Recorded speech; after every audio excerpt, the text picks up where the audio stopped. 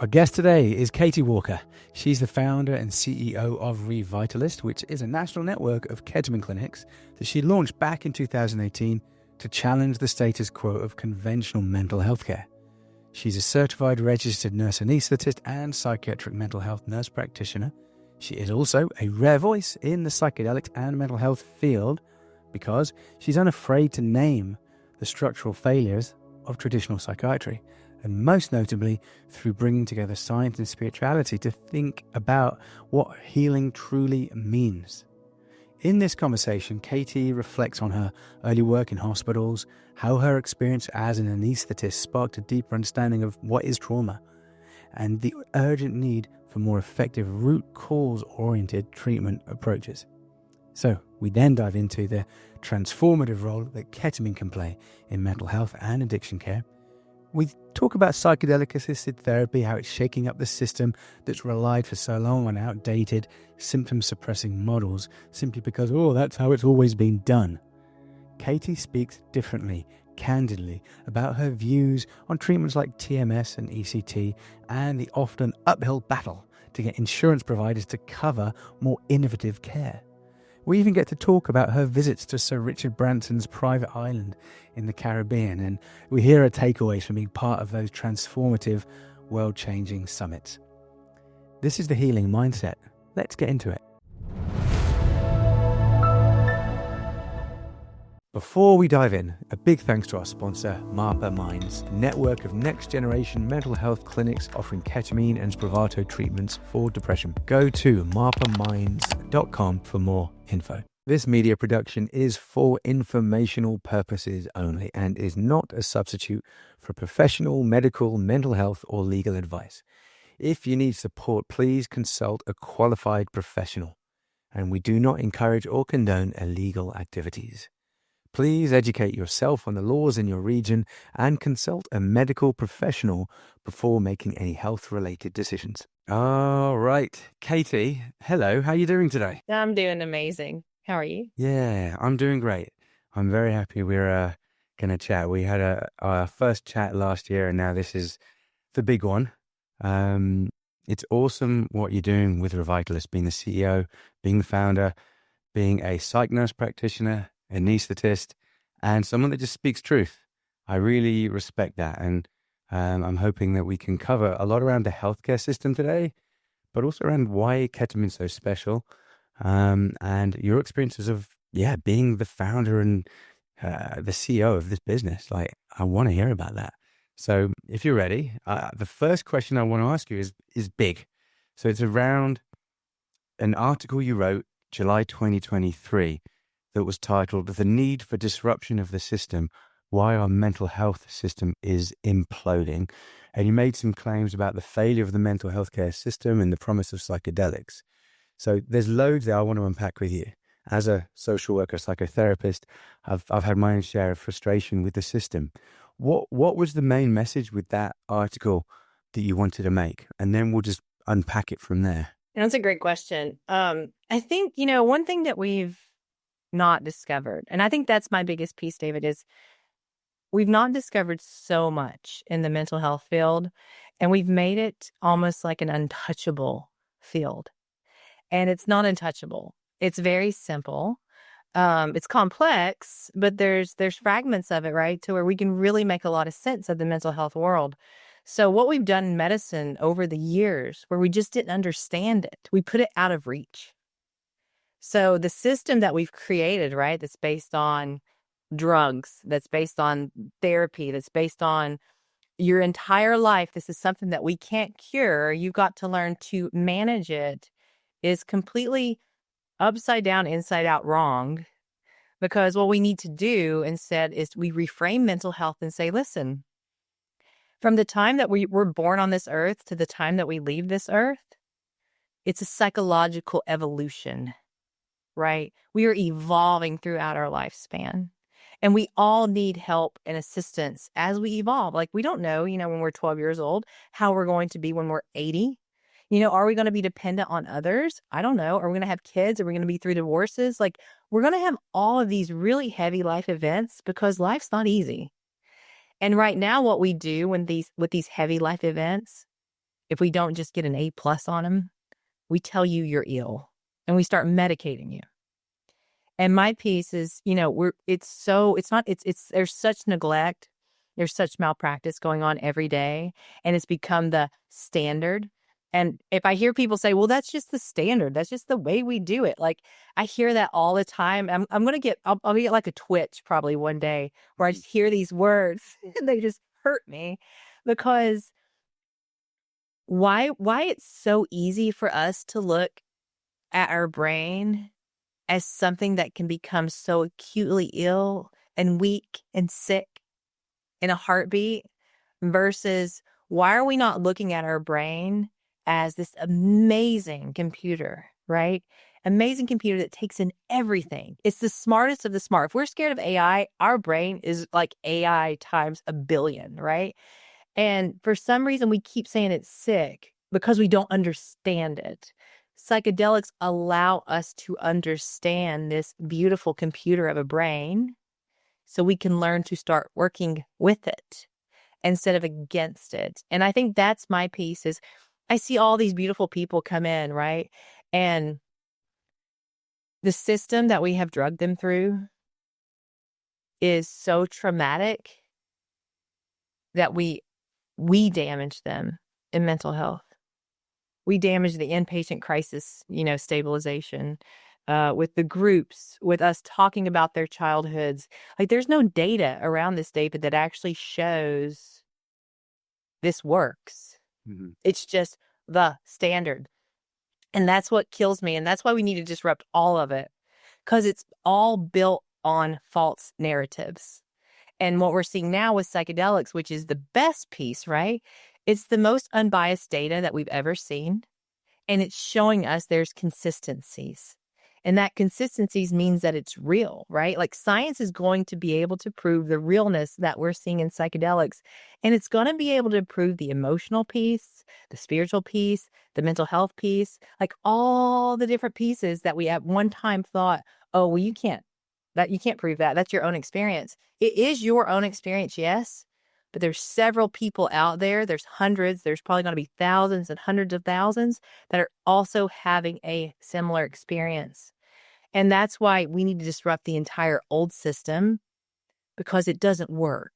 Mm-hmm. And it's not real. It's not based upon anything except anyone's opinions. It's now built the largest business model in the world, which is going to be our biggest barrier, more than likely.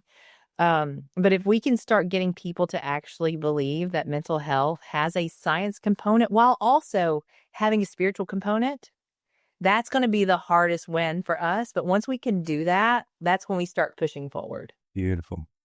There's a big problem that I've been seeing and actually looking more at with the overprescribing of psych meds, antidepressants and benzos for anxiety, ADHD meds.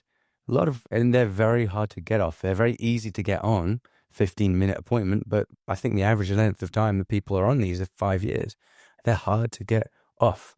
And one of the problems I'm seeing is just how we conceptualize illness, trauma, health, wellness, happiness, life meaning. And I think as time's gone by, we've become very detached from ourselves. And that's where the pathology is. So our self being our true kind of emotional range that antidepressants tend not to fix, not to give us that depth of and breadth of range, but also our embodiment, our ability to just breathe into our body, and our spiritual reality. That I think healing is ultimately, to some extent, or large perhaps, it's a spiritual process. And if we're just used to the antidepressants, it's not going to give us the emotional range or the embodiment or the spiritual reconnection that we need. So I feel like that's why something like ketamine can help someone find something within themselves that has become dormant. And we can think of like the default mode network of the brain and the patterns neurologically. But for me, it's more than just the brain. It really is our entire body and our entire being that we are seeking reconnection with. Yeah, no, I agree with that. I mean, here's my piece. And this is, again, right, why I get on my little white horse, as some people say sometimes. But in mental health, one, we don't believe necessarily that mental health is real, even though it's everything that actually depicts every decision that we make in life is based on the system that tells us what to do. But what we do, we get misaligned with ourselves. And I'm always about telling people, we really need to learn to live in the present. And you'll hear therapists say that, right? You'll hear about mindfulness and all these things. The issue is nobody's really taught us how to live in the present time. So a lot of people, when they get stuck, right, with depression, a lot of times they're living in the past. They have a lot of regret, remorse. They're really kind of stuck there. Anxiety kind of lives in the future, to where people are trying to predict what they don't know because they're trying to make themselves feel like they're in more control because they feel out of control. But for some reason, when we start struggling with our mental health, we avoid the only truth that we have, which is the present. And we start living in the past or the future because it feels safer, I guess, because it's not real. So the beautiful thing about ketamine is it gets you to sit with yourself in the present. And everyone thinks that that's so scary. And it's interesting, when you get someone to actually sit in the present, that's where you find peace. And that's what I try to tell people all the time. Like, peace doesn't exist in your past. It doesn't exist in your future. It exists in the present time. And until you can learn what it's like to truly live in the present, you truly can't even define it, because we get so attached to different things along the way. And again, I always tell people, these are false narratives that you get attached to. If you're getting attached to money and money's kind of leading your way, money's fake, right? It's a material, it's points. If you're getting attached to depressive like symptoms, you get attached to those. But the issue is the brain starts becoming that, right? Because it's so well trained. So at first you're a person with depression symptoms, you're a person with trauma symptoms, you're a person with anxiety, but then you become a depressed person. And you can't see where you stopped and where the depression began. And that becomes your identity, to where people don't even recognize themselves anymore. So I don't know if you remember back in the day, like there's the color got off on your TV, there was like a green line and a red line. And you had to line those little lines up so the color looked okay. That's kind of the way I look at it with psychedelics is, we get stuck. And of course, it's normal for us to get stuck, right? If we're changing schools or going through divorce or having kids or whatever, these are all life roles that we've never lived. We have to learn them. And if we get stuck and start getting medicated, it's almost like we go back, right? We're trying to go back to this safety zone that we want to stay at, but that safety zone's no longer there. You're no longer, you can never go back to when you were in elementary school, and those are the best times of your life. You're no longer a student in an elementary school. That identity's gone. Now you've got to evolve to a new identity. And I think with ketamine, what it does is it allows us to see ourselves in that present time. And it takes away a lot of those false barriers that we have that are really, we feel like, dictating what we think we have to do, and allows us to be in alignment with ourselves again. And once you're in alignment with yourself, you see those other barriers dissolve that really just don't matter. And then you're like, why was I so focused on that? Why did I think that was so important? And if you're able to kind of step back and recreate a new narrative of where you are today, instead of trying to chase where you're going to be in 20 years or who you were 20 years ago, then that's when you really find that true healing and alignment with yourself. And that's when you do feel more connected from a spiritual angle, from an emotional angle, mental health. And then you start seeing all of these alignments, and it decreases that friction, which actually improves your physical health as well. And so, but here's the thing, nobody's teaching us this. Mm-hmm. Psychedelics are allowing us to see it, and then we're teaching ourselves.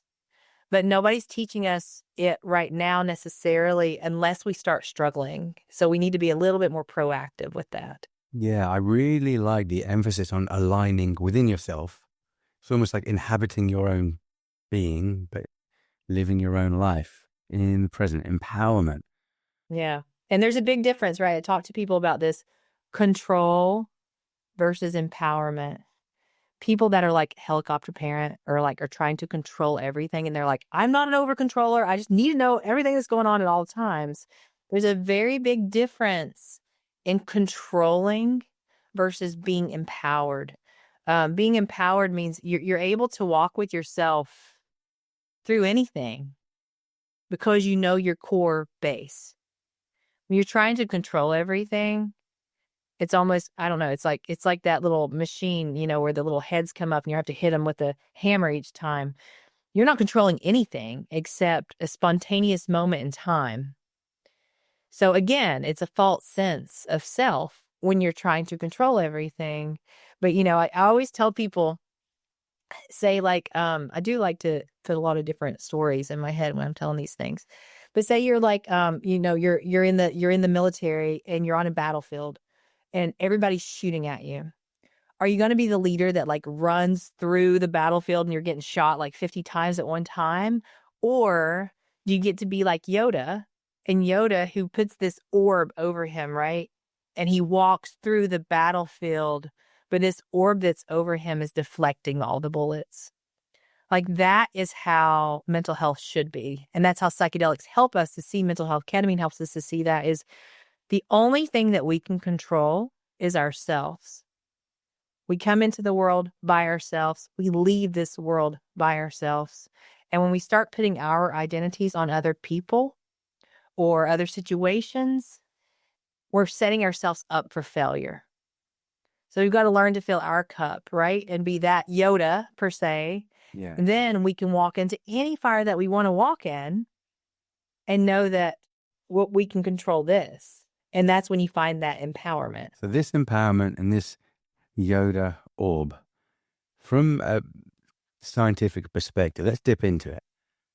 Looking at ketamine in particular, how does it do that? How does it work? Mechanisms of action, phenomenology of ketamine.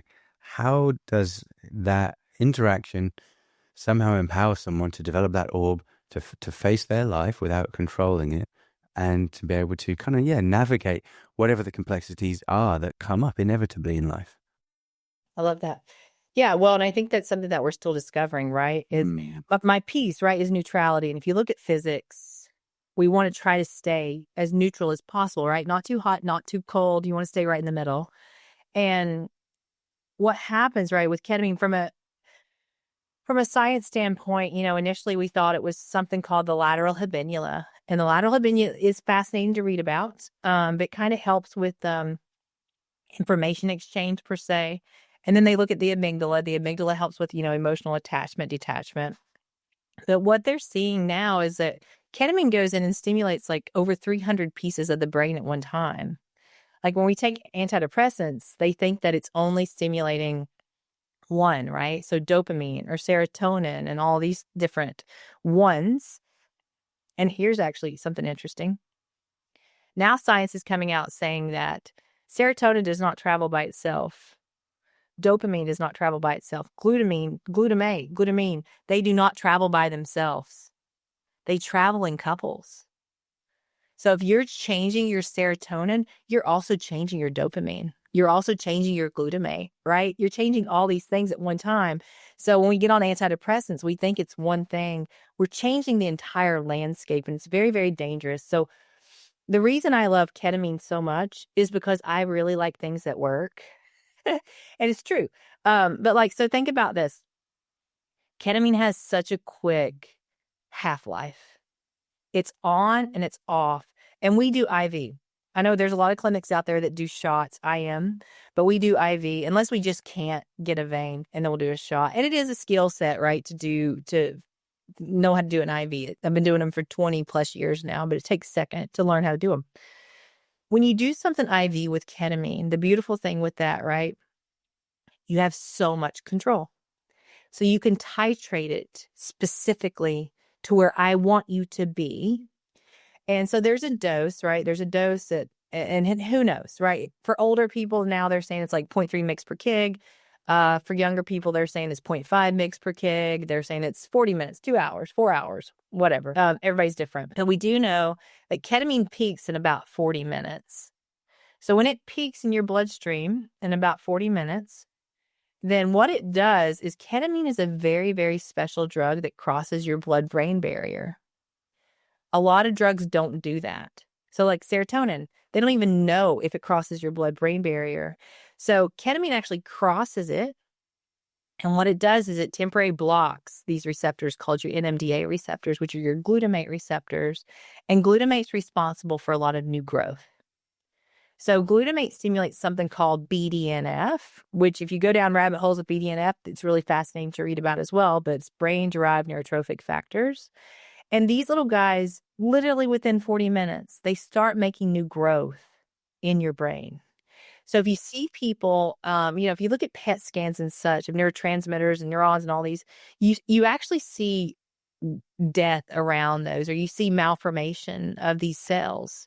And you actually, after ketamine, you can tell, because ketamine has a natural anti-inflammatory effect. It also does something, it increases something called your cerebral perfusion pressure.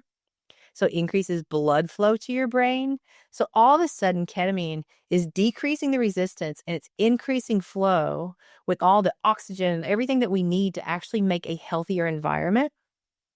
And that continues, right? So it peaks in 40 minutes, done. And then that process continues for another 24 to 48 hours afterwards, even though you don't feel any different. Like, you don't feel drugged like you are a little bit on the infusion. But that growth is still happening. So another barrier, right, that we're going on in the mental health system is it's not the drug that's making you feel better. And it's like this with psychedelics too. It's the drug that's stimulating the effect to heal. Right. And that's a big, big difference. And that's why people are like, oh, everybody's getting addicted to ketamine. It's because it's being misprescribed and is not being fully understood to where you cannot take microdoses of ketamine several times a day, like a benzodiazepine, and expect that you're going to get the healing effect. You're not given the brain the drug level that it needs in order to stimulate that effect. So what we need to do is psychedelics and ketamine, they're an intervention right now. Now, microdosing with psilocybin, will that be a medication management? Sure. Probably over time once that data comes out.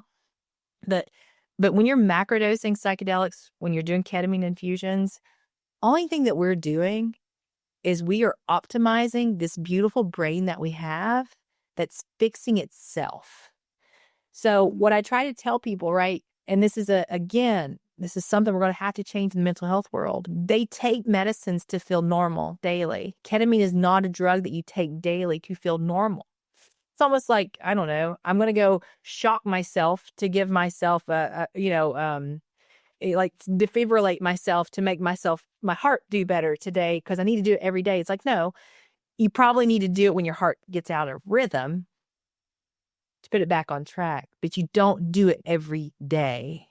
And that's another piece that we're going to have to figure out from that standpoint. So ketamine IV, 100% absorbed. It's beautiful. Shot is usually around 94% absorbed. People that are doing home ketamine, that's anywhere from 20 to 40% absorbed. Nasal is even stranger. It's like 0 to 44% absorbed. So, you're getting a lot of these residuals of medications if you're doing them any route besides IV. And so, of course, my piece is you want to do highest concentration, lowest dose, that you're going to be able to get that optimizes that effect. But it's going in, it's doing an intervention in a very quick time. So if we look at medications right now, say if you were suicidal, say if I was suicidal, and they went to stabilize us, typically they will prescribe 8 to 11 medications within 24 hours that are supposed to stabilize us within our 72-hour hold. So what does that do? I mean, Dave, there's so much stupidity in this field right now. It's crazy. Those medications don't start working optimally for 6 weeks. But we're going to give them 8 to 11 times the amounts that don't start working for 6 weeks to stabilize them in 72 hours. Why are you not doing an intervention on them that works in an hour, and then assess them and see what meds they need. Why don't you break the cycle that they're in? So I personally think every inpatient hospital with psychiatric, they need to do a ketamine infusion on somebody first, right? It's an intervention, and then you assess them and you see where they're at. But right now what we're doing, it makes no sense. And we've all just accepted it. It's like, what is it? The Jim Carrey's movie where it's like the same day over and over. Yeah, there's Groundhog Day. It's something like that. Like everybody's accepted it and it's not real. And I think that's what really destroys my soul is we can't see it yet. So this is a question I wanted to ask you, and it feels pertinent now. So before you were the CEO of Revitalist, I think you started off as a trauma nurse in the ICU and then anesthetist. So ketamine is really commonly used in the ED, in the ICU, and as an anesthetic. What were you noticing then before, you were using it primarily for, depression? And did you notice any responses in the ICU or as an anesthetist? No. Well, so we didn't use ketamine at all in the ICU then. But I left the ICU in 2011. So ketamine is an old drug. Like, it's been around since 1970. And so the only time ketamine was really losing favor, in the anesthetic world, because we have a lot of drugs in anesthesia now they're pretty optimal. They do a great job. Ketamine protects the heart. So the only time that we would use it is for a situation called like tamponade, where you get a lot of fluid around your heart, and you really got to make sure that heart can pump right against drugs, which most of our drugs decreases the heart's function. So the only time we would really give ketamine, to put somebody to sleep with ketamine only, would be to have a pericardial window, which is a type of heart surgery. And there's when you're giving them 2 to 5 milligrams per kilo IV to put them to sleep. You're giving them like 500 milligrams of ketamine at one time. And there's a lot of side effects with ketamine when you're giving that much IV push. So no, the only negative effects I saw with, or the only effects I saw with ketamine would be when I woke up people from pericardial windows. And I had one guy one time, and he was like, he's like, my whole body is vibrating. I feel like I'm a robot on a different planet. And I was like, okay, sorry, hold on. Because you always give him Versed to counteract the effects. So I just gave him a whole bunch more Versed, and it calmed it down. But that's all we saw, right? I mean, when I was doing ECT in the hospital, I would sedate people, right, for shock therapy. That was one. I did all the specialties. But I started reading these articles about ketamine. I was like, this is fascinating.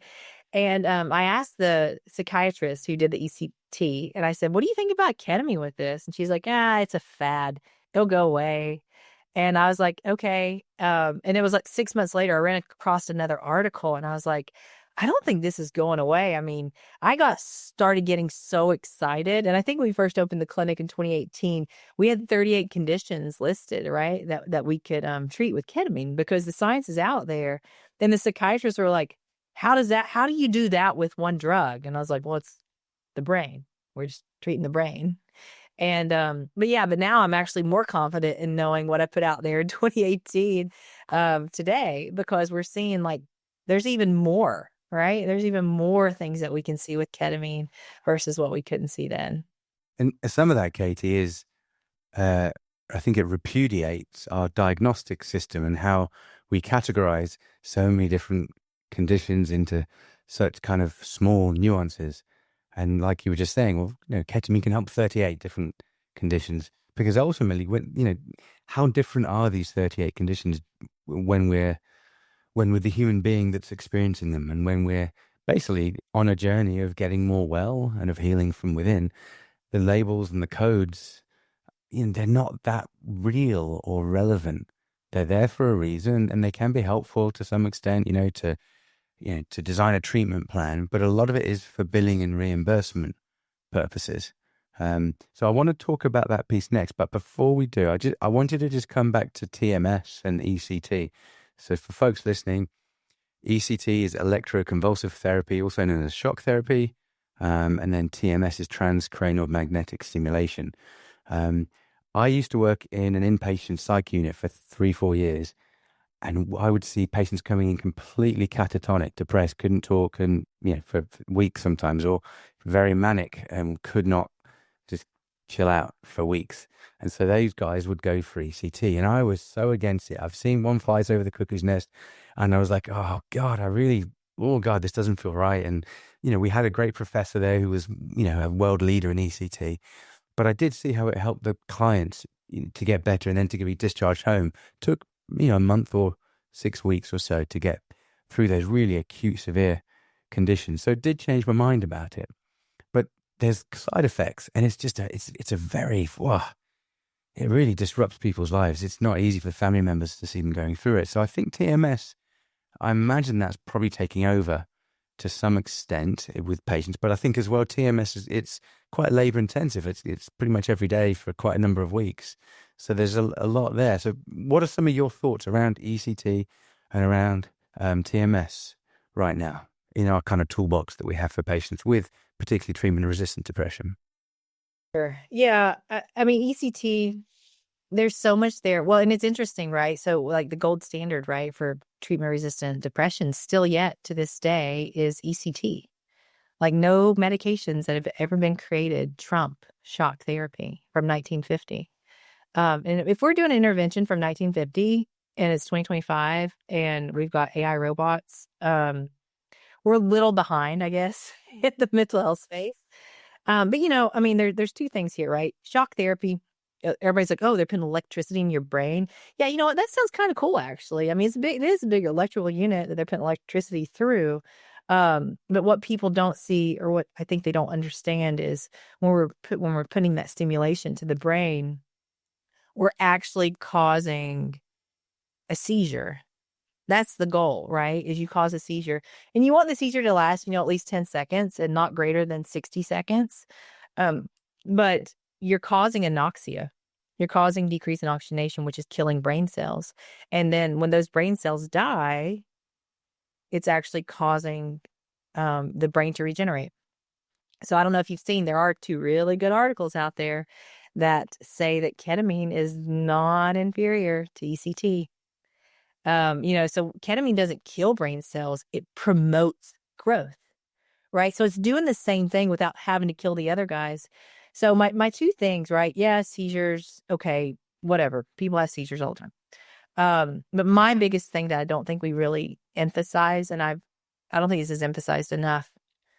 I was told when I sedated people for ECT that they would not lose their memory. And 100% of the people that I've seen in the clinic who have done ECT, they have all lost their memory. Some decades. One lady actually had ECT over the death of her son. And then she actually came to us because she lost all her memory of her son. So that induced another depressive episode, right? And where I'm really big, and nobody talks about this, I don't know, I don't think the data's there yet. Maybe it is. I've just not been able to find it. Every time you get ECT, you get a general anesthetic. I'm giving you gas, a paralytic, sedative. I'm giving you all these medications at one time that puts you completely to sleep. And every time we get a general anesthetic, it increases your chances of dementia. So if we're giving you 6 general anesthetics in 2 weeks, what are we doing to your long-term health? Are we inducing, and are all these people getting Alzheimer's? I don't know. But I do know, the most common cases out there that show damage from repetitive anesthetics is children that are born with heart defects, because they do have to have a lot of heart surgeries when they're little.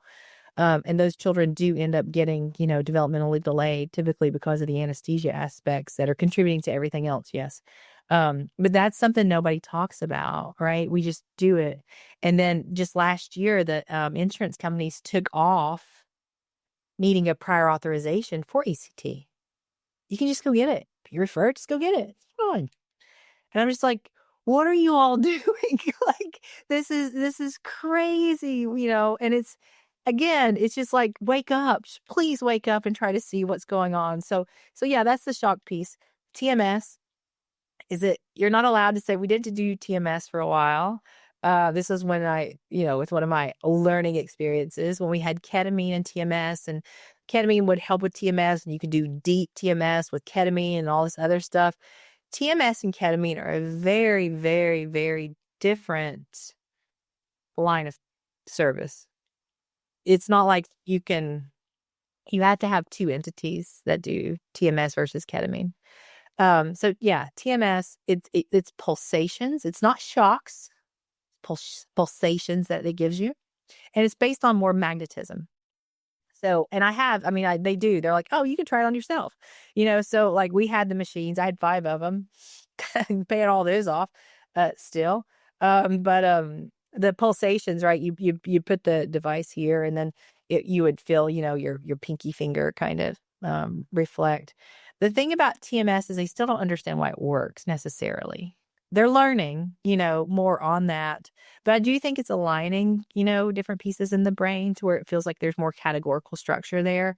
But with TMS, it's 5 days a week times 6 weeks that you have to go, right? So you go 30 times. And then some psychiatrists, and I think this is such fraud, some psychiatrists will say, if you miss one session, you have to start all over again. So I get the people and they'll say, yeah, I did 175 TMS sessions. And they kept on telling me to keep going. Eventually it'll work. And I was like, and insurance just keeps paying for it. It's like, what is this? Like, and so it's like, it's, I don't know. I feel like I'm in the definition of insanity with the mental health world. They keep doing the same things over and over, and they're expecting a different outcome. And we just keep paying for things when the system's going broke. But as you know, again, ketamine, psychedelics, the cost of these is a little bit more on the first, but it's probably 1/10 of the total cost of the whole system. And that's, hopefully the system will see that one day. I don't know. But yeah, I'm fine with TMS. I'm not fine with ECT. People need to give me a better argument with long-term data on it, and it doesn't exist. And it's not like they can say, well, it's not been around long enough. It's been here since 1950. Yeah, but one thing I will tell you, if ECT is based on an electrical system, and the FDA and Big Pharma was not created until a few decades after ECT was created, and it's the biggest system, FDA's, or, it's the biggest business in the world, why have they not trumped ECT yet?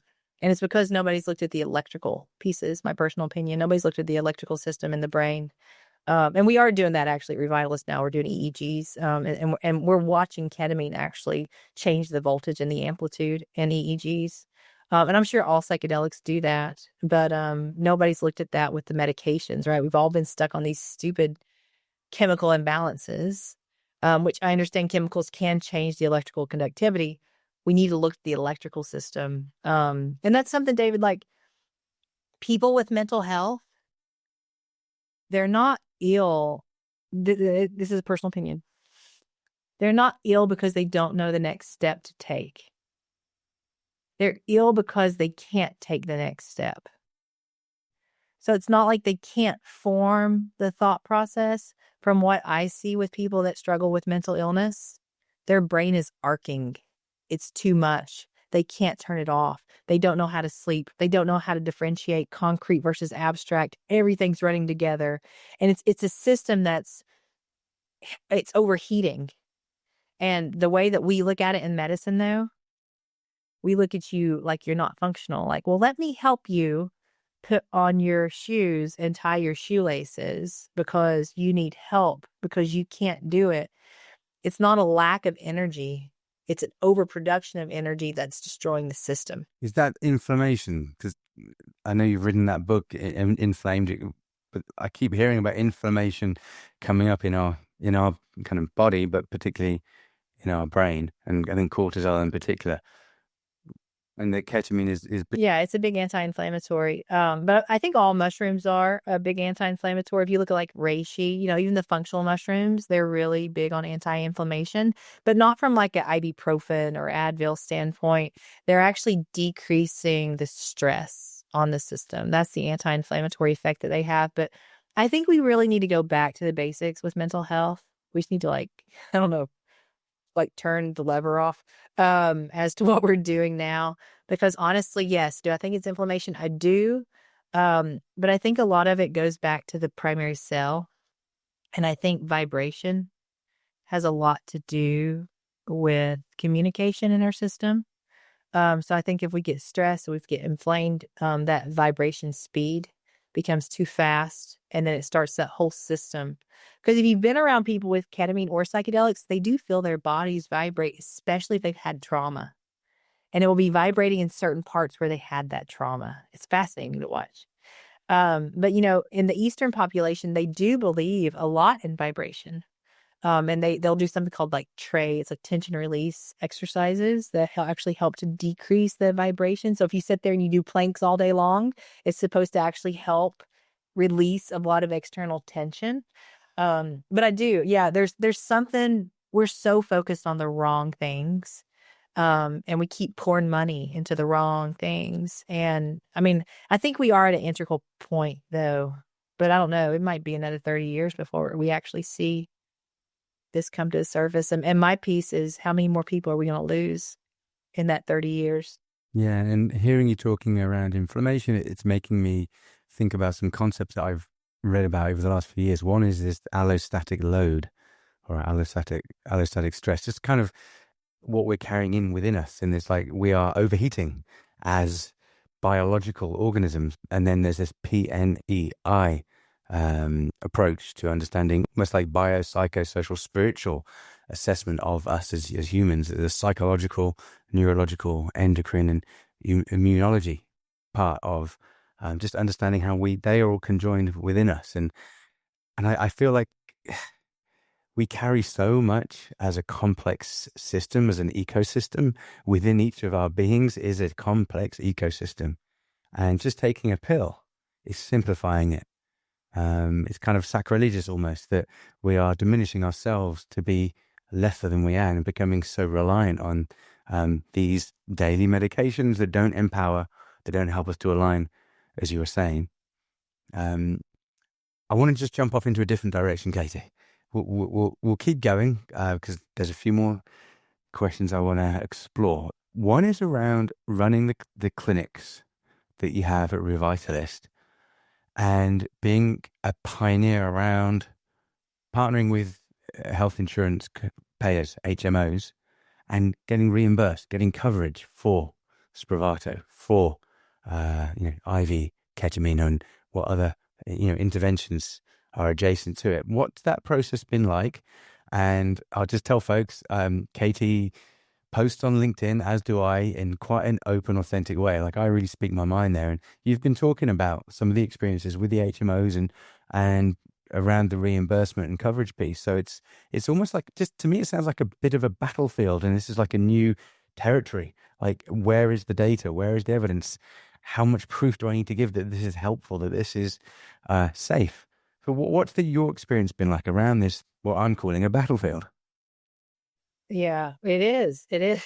It's a battlefield. Yeah. So, so the VA, right, has actually approved ketamine since 2017. They've approved it for their veterans.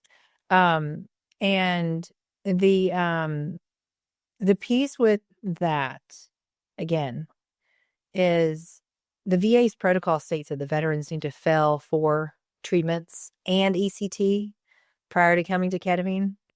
There's no science behind that backs that at all.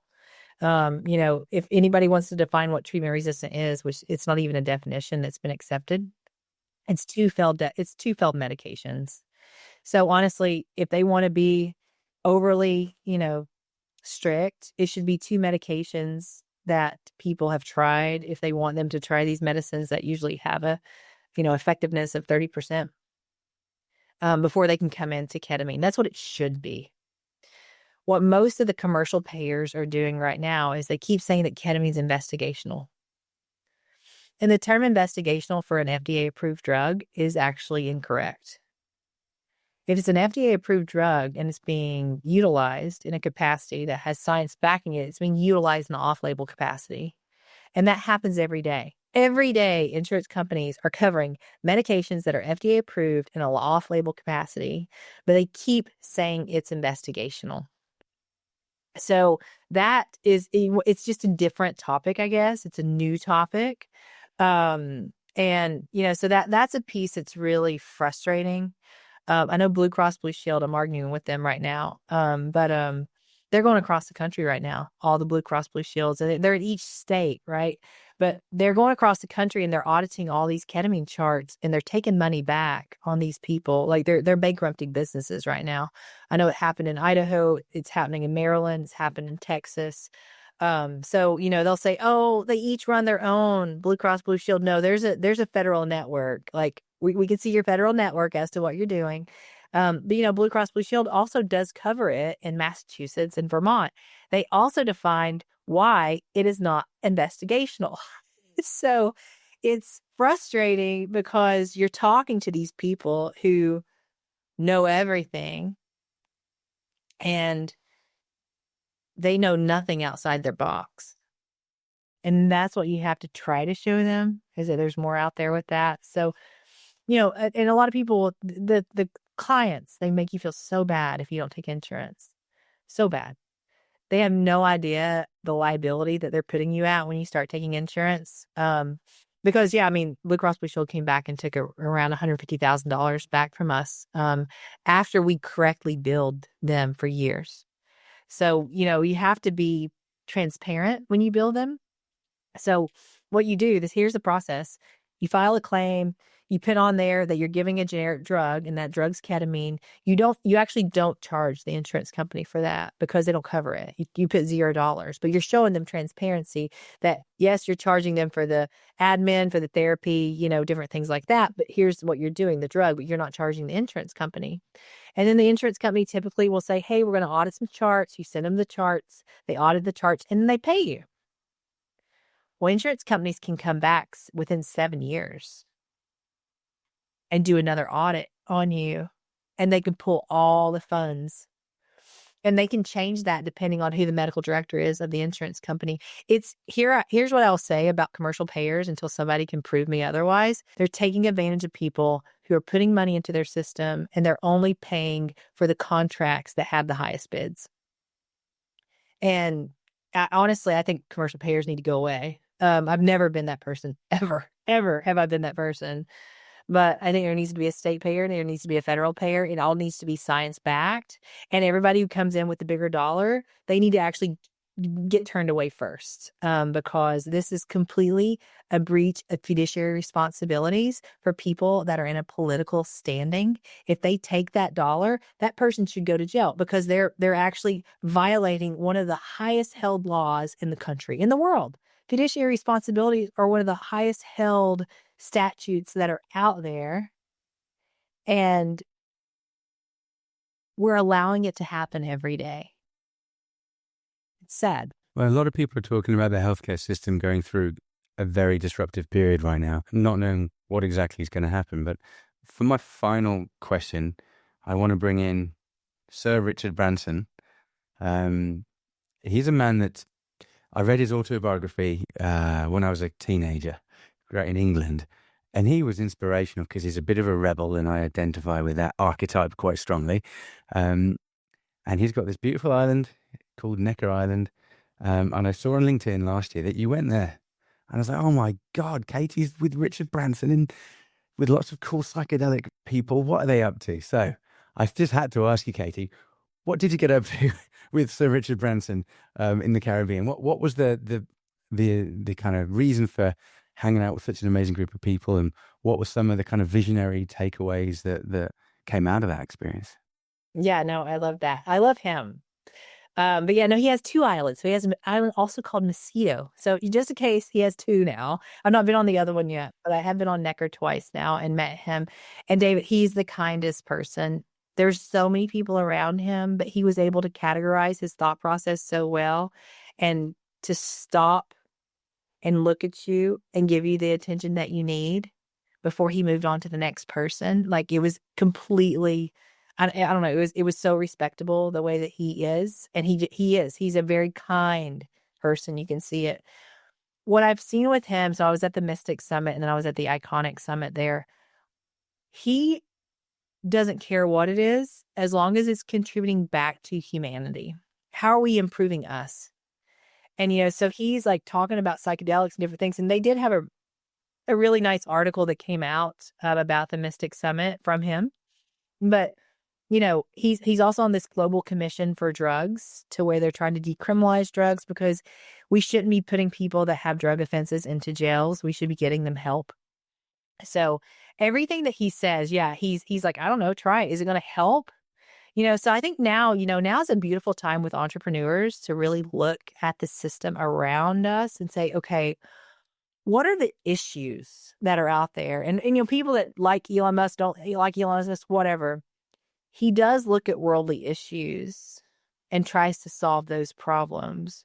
And, and instead of us creating t-shirts or jewelry or whatever else, it's like, what would happen if entrepreneurs came out there and they did a gap analysis?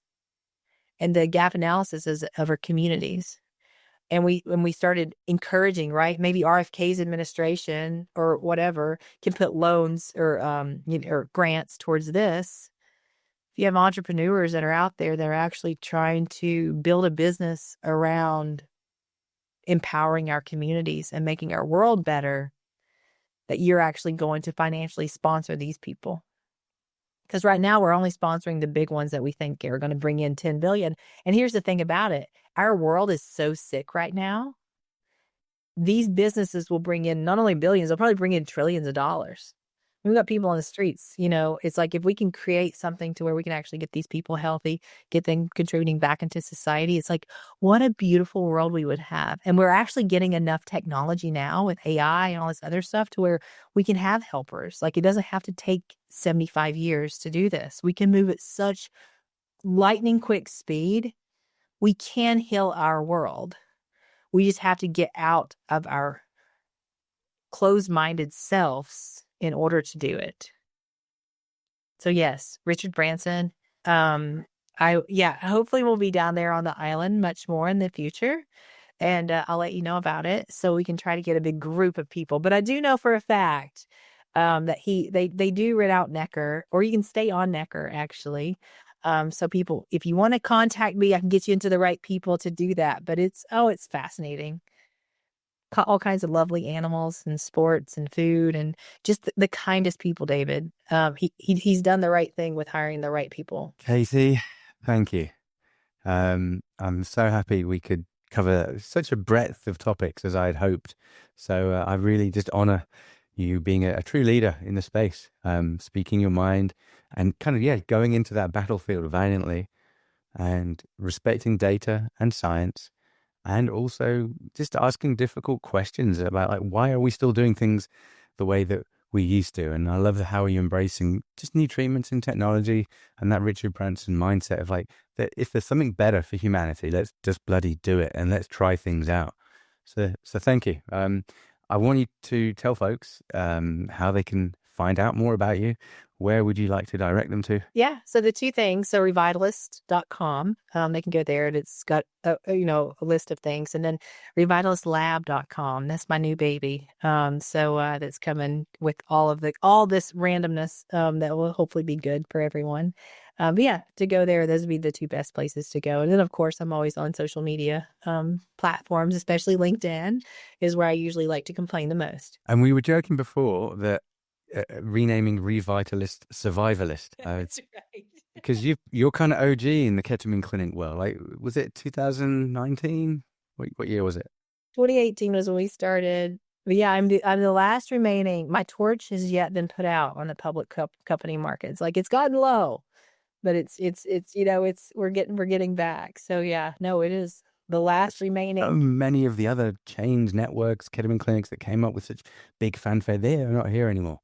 All that expensive branding and and lawyers, and it's just they don't exist. Yeah, it's really sad. It's really sad because there was a lot of good people. There's a lot of good people in this space, and over $1 billion was invested in that space. And I had $2 million when we first went public. I had $2 million that were invested, which is just stupid. Now I look back and I'm like, how did these guys manipulate me into doing this? But they were really good at it, right? But yeah, they're no longer associated with the company. I'm sure they got some pretty nice paychecks for all my hard work. So I'm glad that I can support other people's lifestyles while we're trying to continue to heal the world. But again, it's not about money, right? But hopefully one day this company will be worth $1 billion, and then we can take the money and actually put it into things that actually contribute to the worldly growth instead of, buying my own personal yacht. Yeah, in a sense, the crisis that we started off talking about with our system of mental health, that if you flip that over, it's just a huge opportunity. Like from a gap analysis perspective, there just has to be something better. Let's find that. Let's funnel money into it. Let's do more research. Let's put all the best minds together, public, private partnerships. We simply have to do it better. We do. And that's why I keep going, is because one day it's going to be the right time, the right place. Everything's going to align, because this is completely something that the world needs. We're all going to get there. It's just we've got to survive through all the goods, bads, and uglies. And my gosh, there's been a lot so far. But it's going to make us stronger. But we all have to kind of pull together in order to achieve the outcome that we want. Amen. All right, everyone. Thanks so much for listening to this episode of The Healing Mindset. Katie, until the next time, thank you. Thank you. Happy to be here. All right. God bless everyone. Thanks again for watching, and thanks to our sponsor, MAPA Minds, a network of next-generation mental health clinics offering Spravato and ketamine treatment for depression. Go to mapaminds.com for more information.